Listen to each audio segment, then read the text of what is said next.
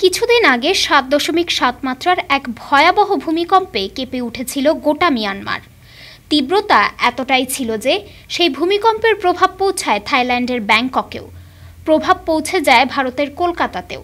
আর সেই ভূমিকম্পনের জেরে এবার মাটি ফুঁড়ে বেরিয়ে এলো প্রাচীন এক সৌধ। বিশেষজ্ঞদের দাবি, প্রাচীন এই সৌধটি আদিযুগের কোনো এক রাজপ্রাসাদ হওয়ার সম্ভাবনা সবচেয়ে বেশি।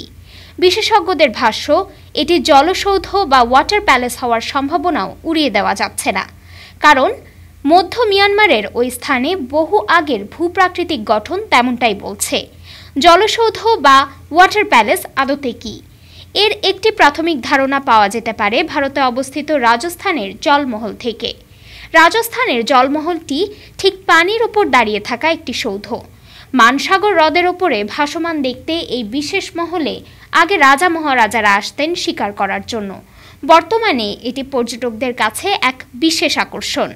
এছাড়া ত্রিপুরাতেও রয়েছে রুদ্রসাগর হ্রদের মধ্যে এমন ভাসমান দেখতে নীরমহল। তেমনই এক রাজমহলের খোঁজ মিলেছে মিয়ানমারে। আগে ওই প্রাচীন সৌধটির শুধু সিঁড়ির অংশটি দৃশ্যমান ছিল। সাম্প্রতিক ভূমিকম্পের পর ধীরে ধীরে রেলিং, ইটের গড়ন সবটাই দৃশ্যমান হয়েছে।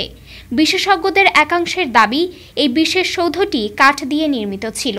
সাধারণ মিয়ানমারের স্থাপত্য যা খুবই প্রচলিত, বিশেষ করে মোনাস্ট্রিগুলোতে।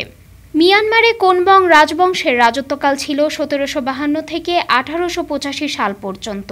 এরপর ব্রিটিশরা দখল করে নেয় দেশটি। বিশেষজ্ঞদের অনুমান ছিল এই প্রাচীন সৌধ কোনবংদের রাজত্বকালেই নির্মিত। তাই ভূমিকম্পে মাটি ফুঁড়ে বেরিয়ে আসা এই সৌধের ভেতর থেকে ওই সময়কার অনেক অজানা ইতিহাসই জানা সম্ভব। ডেস্ক রিপোর্ট, আজ বার্তা, ঢাকা।